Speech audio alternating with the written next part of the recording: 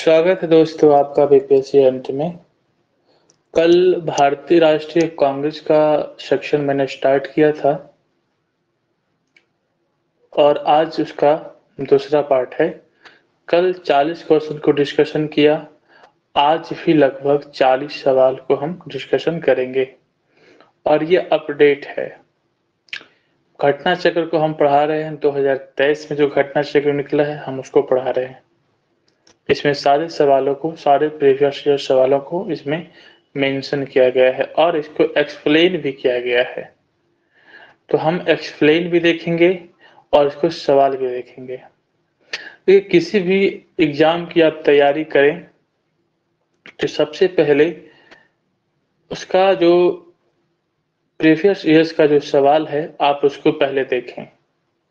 उससे आपको एक आइडिया मिलेगा कि सिलेबस में आखिर सिलेबस क्या है किसी भी एग्जाम का। जैसे आप बीपीएससी का तैयारी करेंगे या फिर यूपीपीएससी का तैयारी करेंगे या फिर किसी भी एग्जाम की आप तैयारी करेंगे, सवाल से आपको उसका सिलेबस के बारे में आपको पता चलेगा।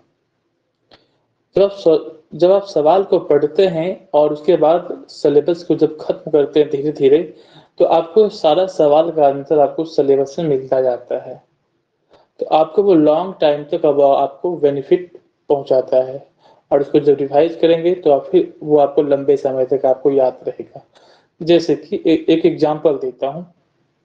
अब बात आगे सवाल याद कैसे रहेगा। तो अगर आप किसी भी एग्जाम को आपने दिया है तो आप कैसे जानते हैं कि बैच नंबर का सवाल ये था। आप उसको दोस्तों के साथ डिस्कशन करते हैं या फिर जब आप सिलेबस को पुनः पढ़ते हैं तो आपको वो सवाल मिलता है। तो ये कैसे याद रहता है?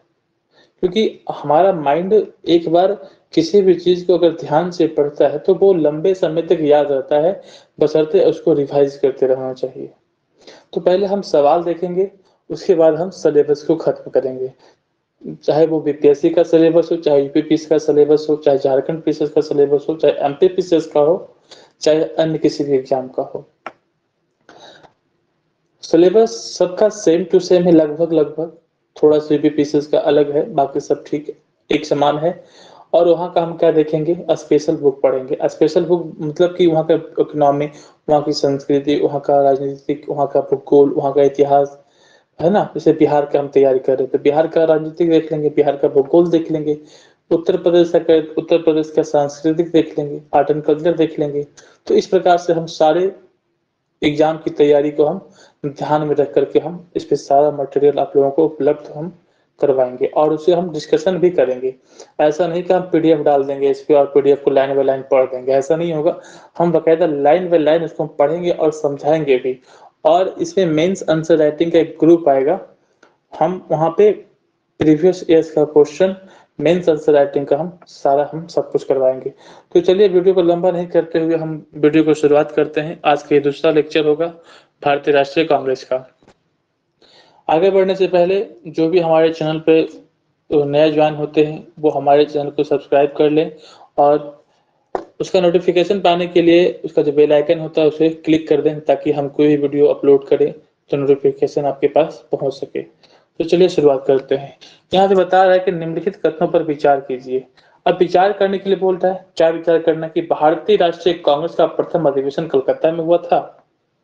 भारतीय राष्ट्रीय कांग्रेस दूसरा अधिवेशन दादा भाई नौरोजी की अध्यक्षता में हुआ था। भारतीय राष्ट्रीय कांग्रेस तथा मुस्लिम लीग दोनों ने लखनऊ में 1916 में अधिवेशन किया, लखनऊ समझौता संपन्न किया। तो आपको एक तो गलत है, पहला कथन क्या है, गलत है। दूसरा सही है, तीसरा सही है। तो ऑप्शन क्या हो जाएगा, ऑप्शन नंबर सी हो जाएगा आपका आंसर। यहाँ पे आप देख सकते हैं, यहाँ पे सी हो जाएगा आंसर, यहाँ पे सी दिया है। अब देखिए, भारतीय राष्ट्रीय कांग्रेस का प्रथम अधिवेशन की मैं बात करूं तो ये कहाँ हुआ था आपका, ये मुंबई में हुआ था। बम्बई में कहाँ हुआ था, गोकुलदास तेजपाल संस्कृत महाविद्यालय, वहाँ पे हुआ था सब। इसके प्रथम अधिवेशन की अध्यक्षता ब्रह्मेश चंद्र बनर्जी ने की और इस अधिवेशन में, प्रथम अधिवेशन में 72 प्रतिनिधियों ने भाग लिया था और यह जो है कि इसमें 2 मुस्लिम सदस्य ने भी भाग लिया। आगे हम बात करते हैं, दूसरा ऑप्शन क्या है आपका, भारतीय राष्ट्रीय कांग्रेस दूसरा अधिवेशन दादा भाई नौरोजी की अध्यक्षता में 1886 में कलकत्ता में हुआ था। ये बिल्कुल सही है। भारतीय राष्ट्रीय कांग्रेस तथा मुस्लिम लीग ने दोनों ने क्या किया, लखनऊ अधिवेशन एक साथ किया। और यह किसके सहयोग से हुआ था, तो बाल गंगाधर तिलक और मोहम्मद अली जिन्ना की सहायता से हुआ था।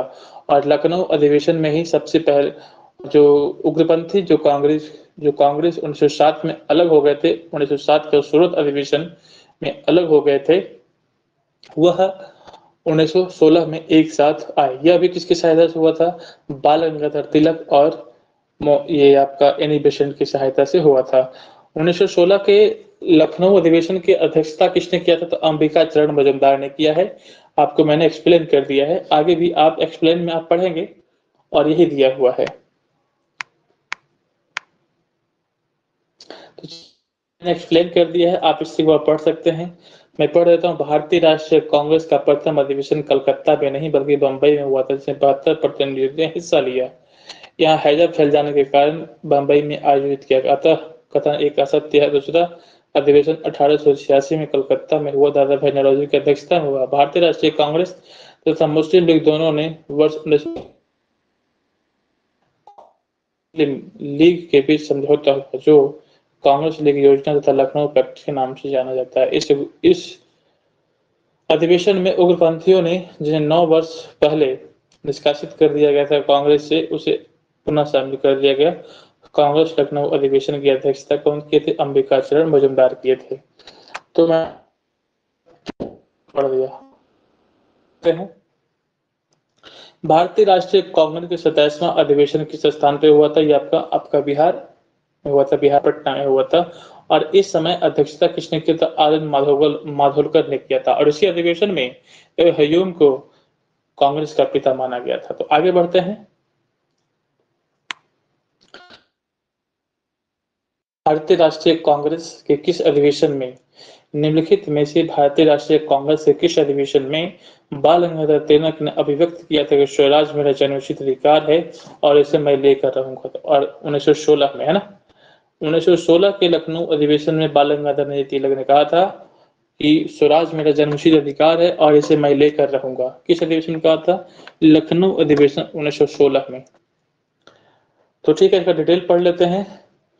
भारतीय राष्ट्रीय कांग्रेस लखनऊ अधिवेशन 1916 में बाल गंगाधर तिलक ने कहा था कि स्वराज मेरा जन्मसिद्ध अधिकार है और इसे मैं लेकर रहूंगा। इस अधिवेशन में उग्रवादियों को पुनः कांग्रेस वापसी हुई। तिलक एवं अधिवेशन के प्रयासों से कांग्रेस तथा मुस्लिम लीग के बीच समझौता हुआ। लखनऊ समझौता कांग्रेस लीग समझौता के नाम से प्रसिद्ध है। स्वराज मेरा जन्मसिद्ध अधिकार है और इसे मैं लेकर रहूंगा, किसने कहा था, आपके बाल गंगाधर तिलक ने कहे थे। ठीक है, तो आगे बढ़ते हैं।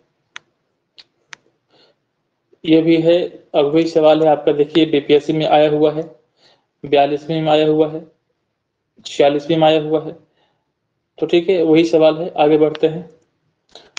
अगला भी वही सवाल है, किसने कहा था, अगला भी वही सवाल है 47 नंबर का। अगला देखते हैं कि भारतीय राष्ट्रीय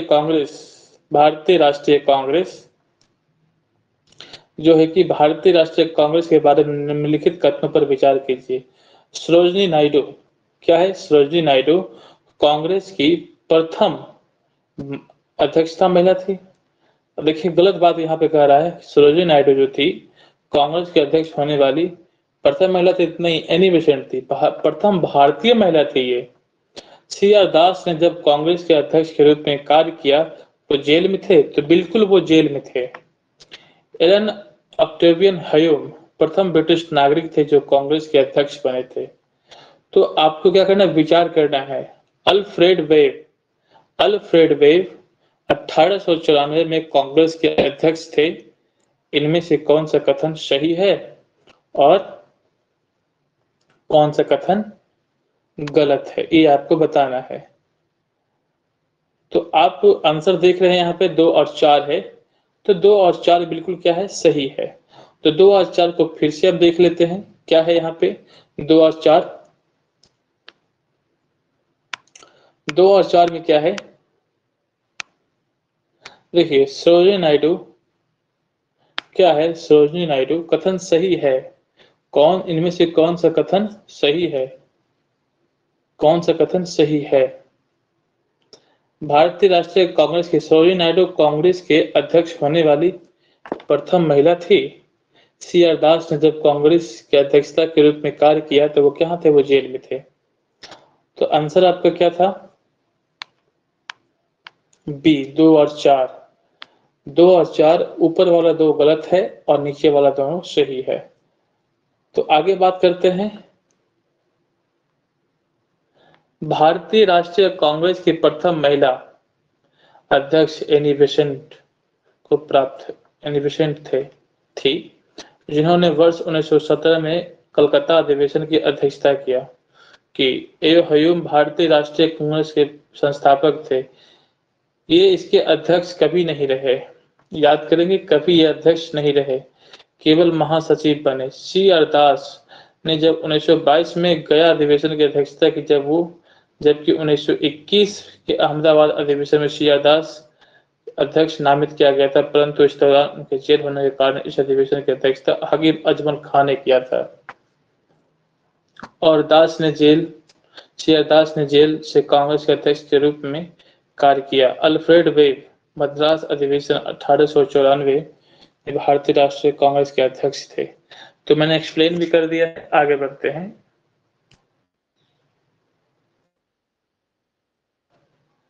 कांग्रेस आंदोलन न तो लोगों द्वारा प्रेरित था और न ही इनके द्वारा सोचा गया एक योजनाबद्ध किया गया था। तो लाला लाजपत राय का कथन है ये शायद किसी को नहीं पता होगा। ये बीपीएससी का सवाल है, 2005 में पूछा गया है। किसने कहा था? कांग्रेस आंदोलन न तो लोगों द्वारा प्रेरित था और न ही यह उनके द्वारा सोचा या योजनाबद्ध किया गया था। तो लाला लाजपत राय ने लिखा कि कांग्रेस आंदोलन ना तो लोगों द्वारा प्रेरित था, ना ही उनके द्वारा सोचा गया योजनाबद्ध किया गया था। आगे बढ़ते हैं। पतन की लड़खड़ा रही है, मेरी सबसे बड़ी अभिलाषा है जब तक मैं भारत में हूं, कांग्रेस को शांतिपूर्ण समाप्ति में सहयोग करना। तो लॉर्ड कर्जन ने कहा था ये, ठीक है, लॉर्ड कर्जन ने कहा था।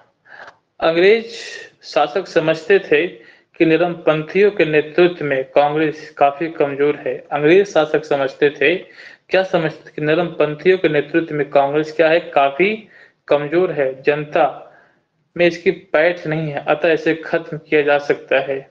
इस नीति के सबसे बड़े प्रवक्ता थे लॉर्ड कर्जन। वर्ष 1900 में लॉर्ड कर्जन ने कहा कि कांग्रेस अब लड़खड़ा रही है, वे जल्द ही गिरने वाली है।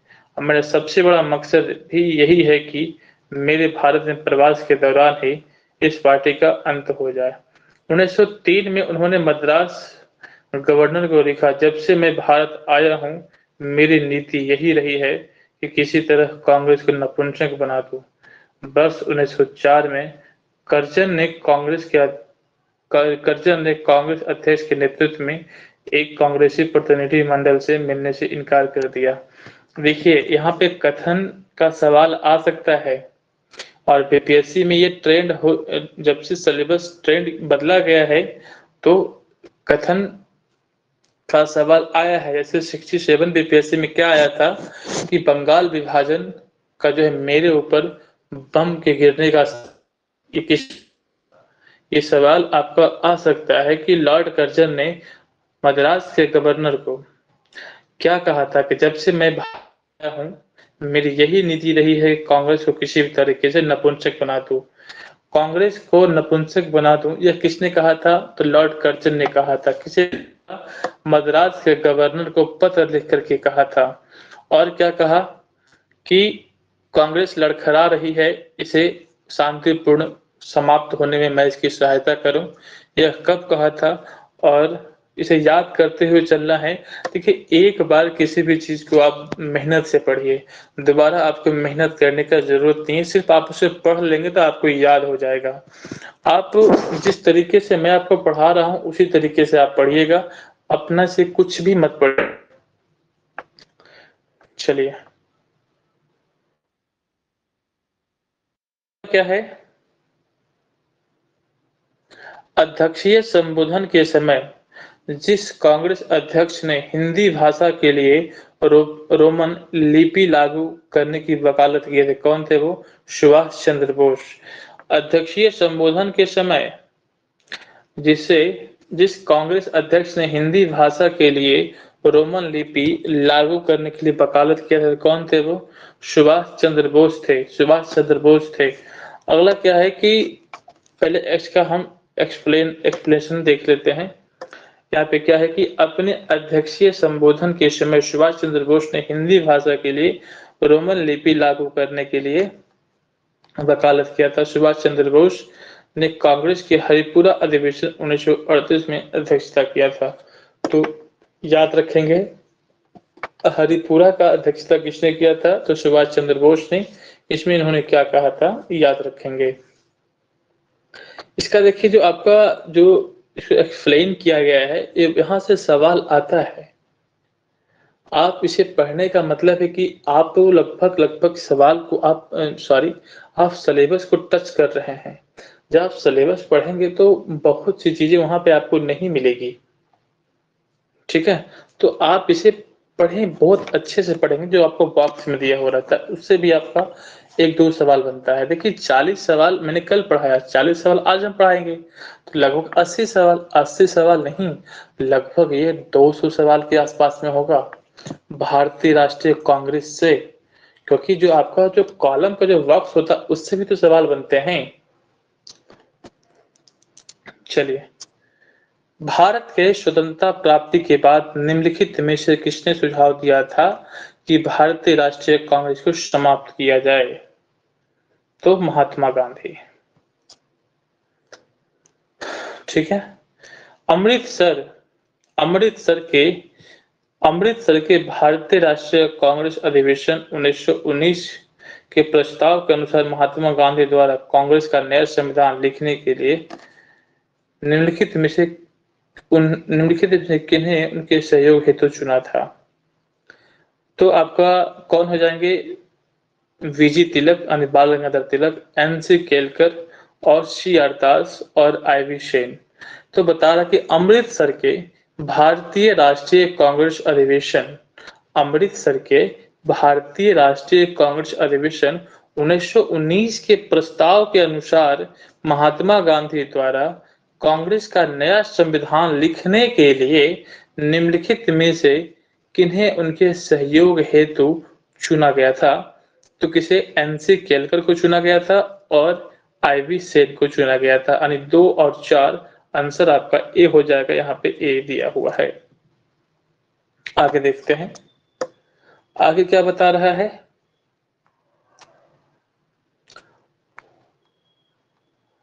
आगे पीछे शायद सवाल भी है, शायद छूट गया है आपका, तो मैं इसे देख लेता हूं। हाँ, यहाँ पे सवाल है आपका, क्या है कि कांग्रेस के एक अधिवेशन में गवर्नर जनरल ने भाग लिया था। उस गवर्नर जनरल तथा अधिवेशन स्थल निम्न में से कौन सा था? तो देखिए, बहुत ही इंपॉर्टेंट सवाल है, इसे आप लोग अंडरलाइन करेंगे। ये सवाल आ सकता है। यहाँ पे क्या है कि कांग्रेस के एक अधिवेशन में एक गवर्नर जनरल ने भाग लिया था। उस गवर्नर जनरल तथा अधिवेशन स्थल का नाम लिखें। तो कौन सा था? तो लॉर्ड डफरिन ही होना चाहिए। आगे बात करते हैं। देखिए यहाँ पे क्या बता रहा है,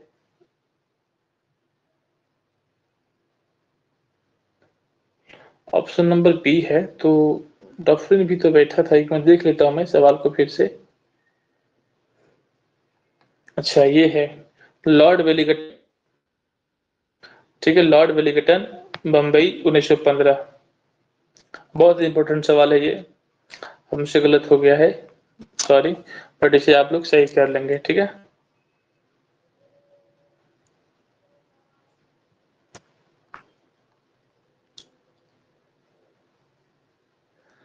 लॉर्ड वेलिंगटन ने कांग्रेस के बंबई अधिवेशन में भाग लिया था। देखिए, लॉर्ड वेलिंगटन ने कांग्रेस के बंबई अधिवेशन में भाग लिया था।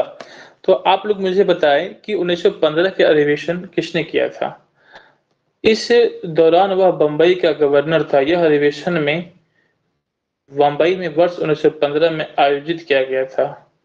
ध्यातव्य है कि तब बिलिंगटन जो था आपका जो है गवर्नर जनरल नहीं था।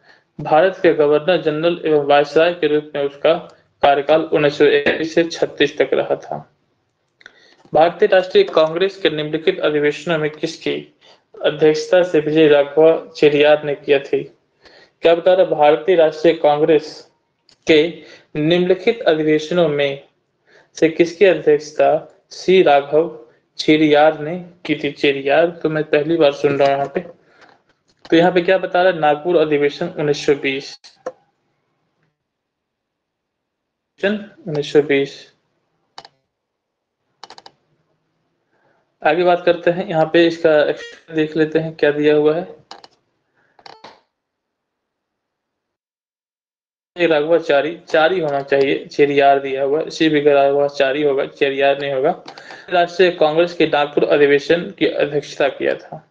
लखनऊ अधिवेशन 1916 की अध्यक्षता अंबिका चरण मुजुमदार की थी, जबकि गया अधिवेशन की अध्यक्षता चित्तरंजन दास ने की थी। नागपुर अधिवेशन शुल्क 4 आना किया गया ताकि गरीब से गरीब व्यक्ति कांग्रेस से जुड़ सके। देखिएगा बहुत ही इंपॉर्टेंट सवाल है यहाँ पे कि निम्नलिखित में से किस अधिवेशन में कांग्रेस के सदस्य बनने के लिए 25 आना से 4 आना कर दिया गया था? पहले कितना था? 25 आना था। आप 25 आना देंगे तब आप कांग्रेस का सदस्य बनेंगे। 4 आना कर दिया गया कांग्रेस के सदस्य बनने के लिए ताकि इसमें गरीब से गरीब व्यक्ति भी कांग्रेस से जुड़ सके। तो क्या बता रहा है? नागपुर अधिवेशन में ही 25 आना से 4 आना कर दिया गया था। किस लिए? कांग्रेस की सदस्य बनने के लिए। याद करेंगे और याद करते हुए चलेंगे।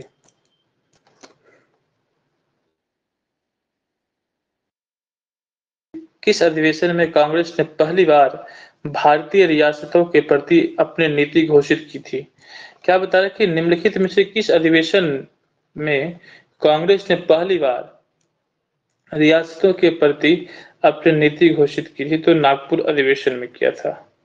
नागपुर अधिवेशन में क्या है सवाल? फिर से, निम्नलिखित में से किस अधिवेशन में कांग्रेस ने पहली बार, देखिए यहाँ पे आपका पॉइंट है, कांग्रेस ने पहली बार भारतीय रियासतों के प्रति अपनी नीति घोषित किया था? तो 1920 के नागपुर अधिवेशन में। आप बताएंगे 1920 के जो आपका जो नागपुर अधिवेशन था उसके अध्यक्ष कौन थे? तो वीर राघवाचारी। वीर राघवाचारी। तो आगे बात करते हैं।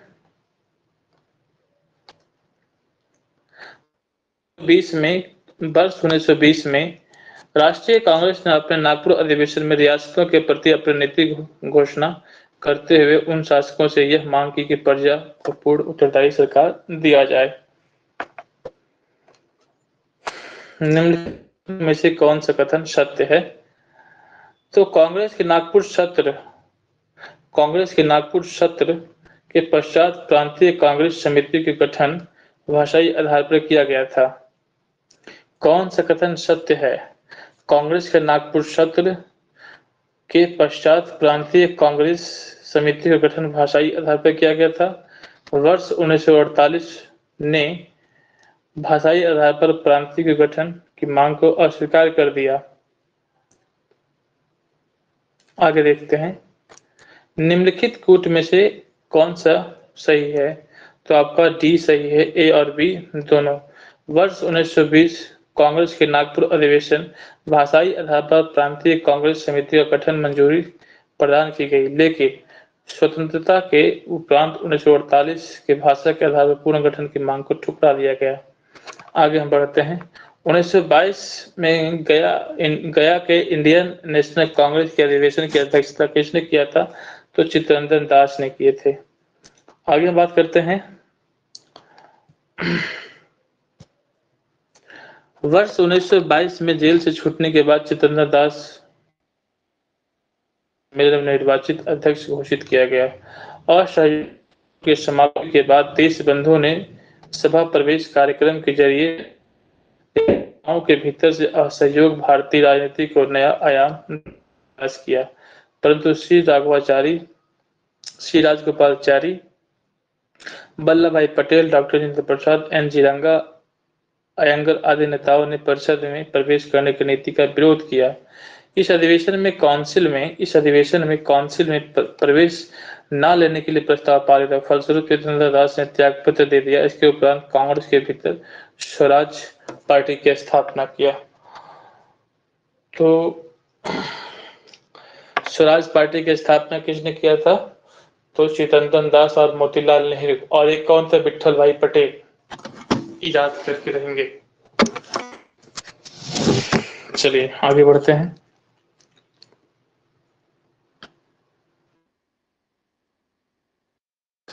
कि 1922 गया अधिवेशन की अध्यक्षता कौन किए थे? तो चितरंजन दास थे। अगला सवाल है कि निम्नलिखित में से किसने अखिल भारतीय हरिजन सेवक 1932 की स्थापना किया था? तो आपके एम.के. गांधी थे, महात्मा गांधी थे। चलिए आगे बढ़ते हैं। नीचे उन व्यक्तियों को सूची दी गई है जो भारतीय राष्ट्रीय कांग्रेस के अध्यक्ष तिथि अनुसार उन्हें क्रमबद्ध कीजिए। नीचे दिए गए फोटो का उपयोग आप देखिए सामने मिला हुआ है, आप उसे उपयोग कर सकते हैं। 1 4 2 3 1 4 2 3 1924 में महात्मा गांधी, 1925 में सरोजिनी नायडू और 1900 और आपका क्या है कि 2 में क्या है कि 1929 में जवाहरलाल नेहरू हैं और 3 में वल्लभ भाई पटेल हैं। तो 1 4 2 3 चलिए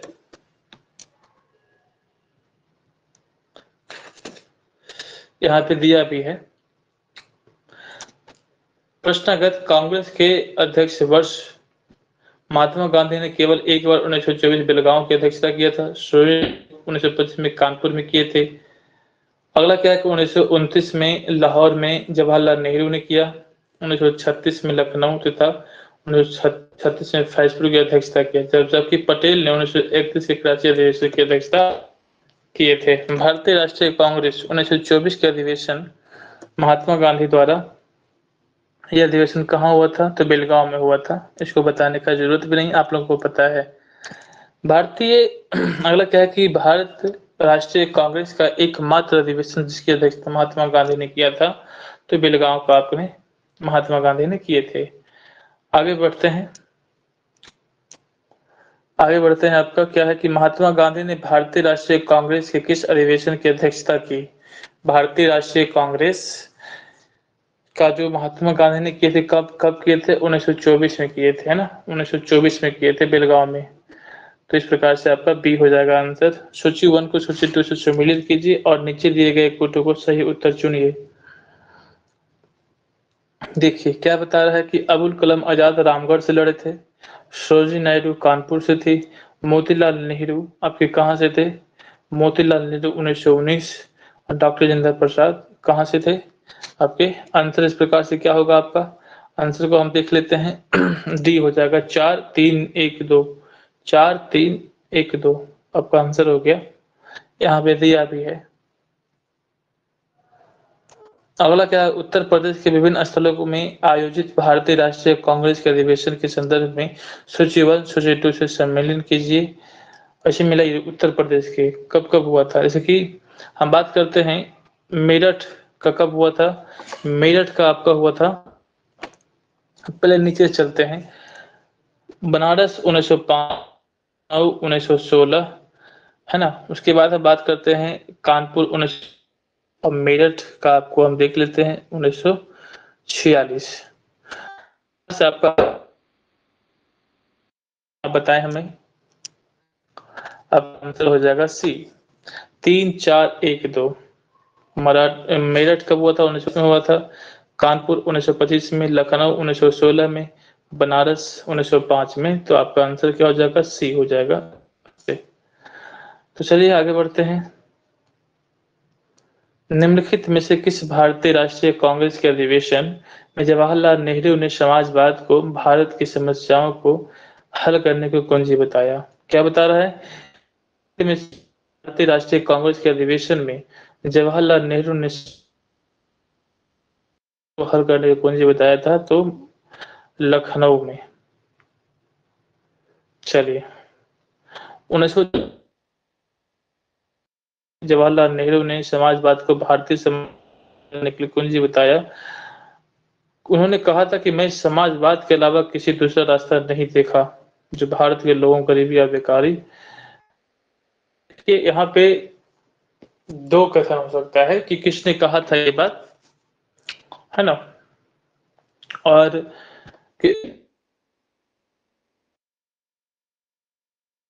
चलिए यह कथन किसका है, तो आपका पंडित जवाहरलाल नेहरू का है कि मैं समाजवाद के अलावा कुछ और नहीं देख, और समाजवाद ही है जो भारत के गरीबों, बेकारी और गुलामी से मुक्ति दिला सकता है। यह कथन किसका है, तो पंडित जवाहरलाल नेहरू का था, याद रखेंगे।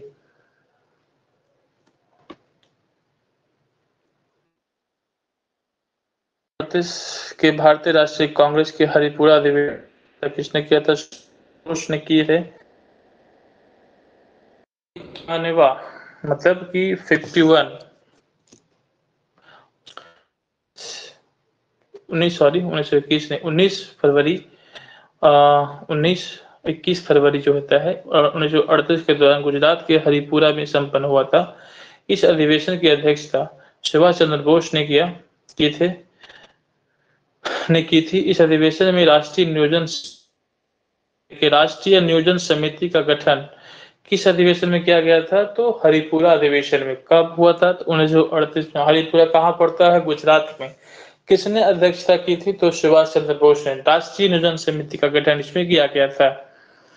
डॉक्टर राजेंद्र प्रसाद को वर्ष 1934 में कांग्रेस के अध्यक्ष चुना गया, जो आगे चलकर 1940 से 46 तक अबुल कलाम आजाद कांग्रेस के अध्यक्ष रहे। जेपी कृपलानी को वर्ष 1946 में मेरठ अधिवेशन की अध्यक्षता के निर्वाचित किया गया था। आगे बढ़ते हैं। अगला सवाल क्या है कि वर्ष 1938 के लिए भारतीय राष्ट्रीय कांग्रेस के अध्यक्ष किसे चुना गया था, सुभाष चंद्र बोस। हरिपुरा अधिवेशन गुजरात में पड़ता है। राष्ट्रीय नियोजन समिति का इसमें गठन किया गया था। चलिए आगे।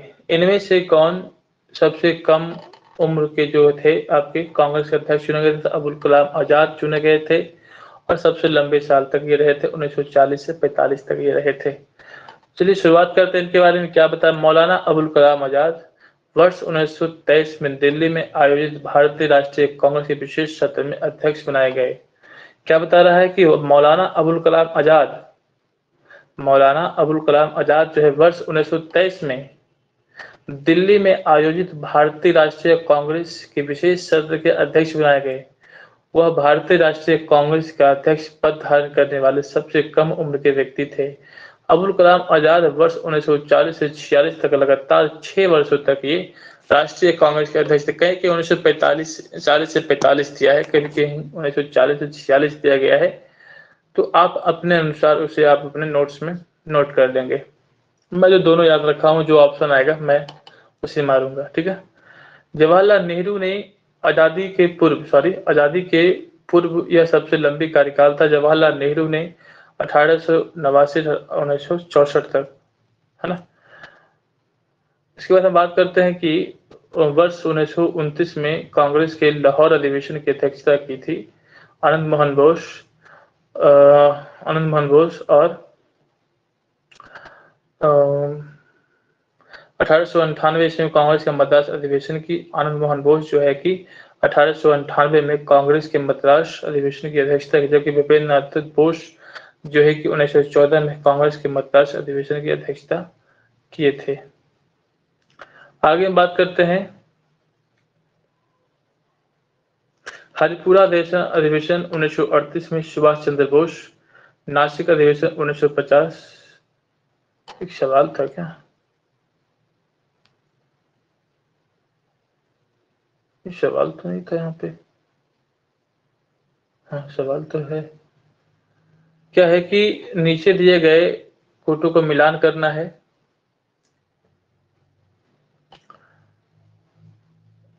सूची 1 सूची 2 से सम्मिलित कीजिए तथा सूची के नीचे दिए गए कोट सही उत्तर चुनिए। डॉक्टर एम अंसारी मद्रास, पुरुषोत्तम दास टंडन तो नासिक, सरोजिनी नायडू कानपुर, सुभाष चंद्र बोस हरिपुरा। इस प्रकार से आप क्या देख रहे हैं, 4 और क्या देखे आप, सॉरी 3 3 4 2 1 3 4 2 1 आपको देख लीजिए ऑप्शन क्या है। ऑप्शन में देख लें आप 3 4 2 1 3 4 2 1 ऑप्शन नंबर सी यहाँ पे देख लीजिए। इस प्रकार से आपका आंसर है ऑप्शन नंबर सी, है ना।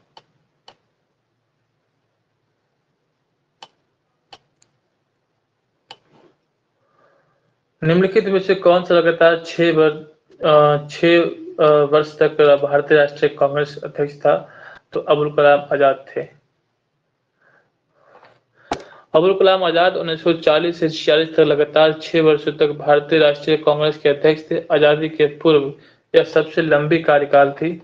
आजादी के पूर्व यह सबसे लंबी कार्यकाल थी। आजादी के बाद लंबे कार्यकाल वाले अध्यक्ष इस प्रकार थे, इंदिरा गांधी 1978 से 84, राजीव गांधी 1985 से 1991 तक, सोनिया गांधी 1998 से 1917 तक, उसके बाद है कि 2019 तक सबसे लंबा। अच्छा, इतना लंबा रह गया था आजादी के बाद। जब भारत स्वतंत्र हुआ तो उसमें कांग्रेस के अध्यक्ष कौन थे, तो जेबी कृपलानी थे।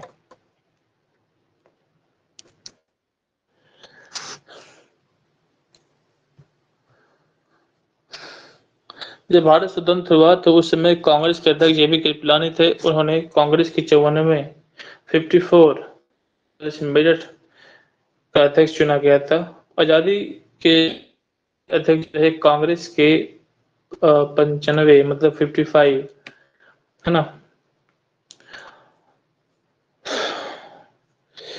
जो 55वां जो अधिवेशन है उसकी अध्यक्षता पट्टाभी सीतारमैया ने की थी। महात्मा गांधी ने 1924 के बेलगांव, जवाहरलाल नेहरू ने लाहौर, लखनऊ, फैजपुर गांव में पड़ता था। ये पहला अधिवेशन जो है गांव में हुआ था, फैजपुर।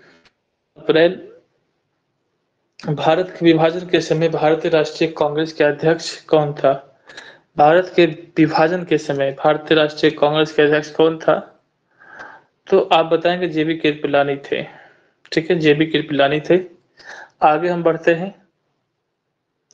जनगण मन पहली बार किस अवसर पर गाया गया था? देखिए, भारतीय राष्ट्रीय कांग्रेस का अधिवेशन 1911 में गाया गया था। रविन्द्रनाथ टैगोर का मूल रूप से बांग्ला में रचित संगीतबद्ध जनगण मन को हिंदी संस्कृत संविधान सभा ने भारत के राष्ट्रगान 24 जनवरी 1950 को अपनाया था। जैसे प्रथम 1911 में भारतीय राष्ट्रीय कांग्रेस के कोलकाता अधिवेशन में गाया गया था। इस समय अध्यक्ष कौन थे? विश्व नारायण थे। आगे जिसमें बाल गंगाधर तिलक ने भाग नहीं लिया था, तो अमृतसर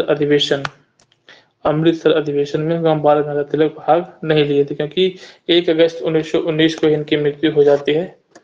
और दिसंबर में 1919 में क्या होता है, दिसंबर में होता है ना अधिवेशन, इसमें इसीलिए भाग नहीं लिए थे। क्यों? 1 अगस्त उनकी मृत्यु हो गई थी। बाल गंगाधर तिलक अंतिम रूप से भारतीय राष्ट्रीय कांग्रेस के अमृतसर अधिवेशन में भाग लिया था। अच्छा, एक सवाल है, क्या है? अच्छा, सॉरी, ये नहीं को हम नहीं पढ़ लिए थे। भारतीय राष्ट्रीय कांग्रेस का अंतिम अधिवेशन जिसमें बाल गंगाधर तिलक ने भाग लिया था, तो कौन था? अमृतसर अधिवेशन में उन्होंने क्या लिया? भाग लिए थे। आगे क्या कह रहा है कि बाल गंगाधर तिलक ने अंतिम रूप से भारतीय राष्ट्रीय कांग्रेस के अमृतसर अधिवेशन 1919 में भाग लिया था। इन्होंने मॉन्टेग्यू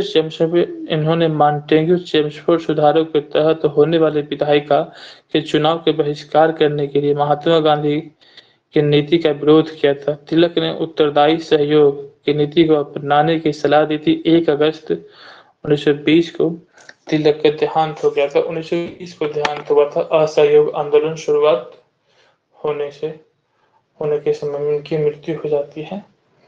तो ठीक है दोस्तों, हम अगला वीडियो में मिलते हैं। अगला टॉपिक का नाम क्या होगा, यहाँ पे देख भी रहे होंगे आप, कांग्रेस में गर्म दल और नरम दल। अगला सवाल हम इसका देखेंगे MCQ, और आप लोग धीरे-धीरे इसको पढ़ते चलें और बीपीएससी तक हम सारा सब कुछ खत्म करेंगे। इतिहास भी खत्म करेंगे, आपका करंट अफेयर्स को भी खत्म करेंगे, साइंस को भी खत्म करेंगे। पूरा ईमानदारी के साथ में हम इसको खत्म करेंगे और आप लोग इसे पढ़ कर के एग्ज़ाम में जाइएगा ताकि आपका इतिहास और साइंस, करंट अफेयर्स जितने भी सवाल आएँ, वो आपको आप उसे बना सकें। तो चलिए दोस्तों, मिलते हैं फिर से एक नए वीडियो में। पढ़ते रहिए और नोट्स बनाते रहिए, जो आपको लगे इम्पोर्टेंट सवाल है उसको आप नोट्स अवश्य बनाएँ और उसे अपने नोट्स में लिखें। तो ठीक है, मिलते हैं, बाय, थैंक यू।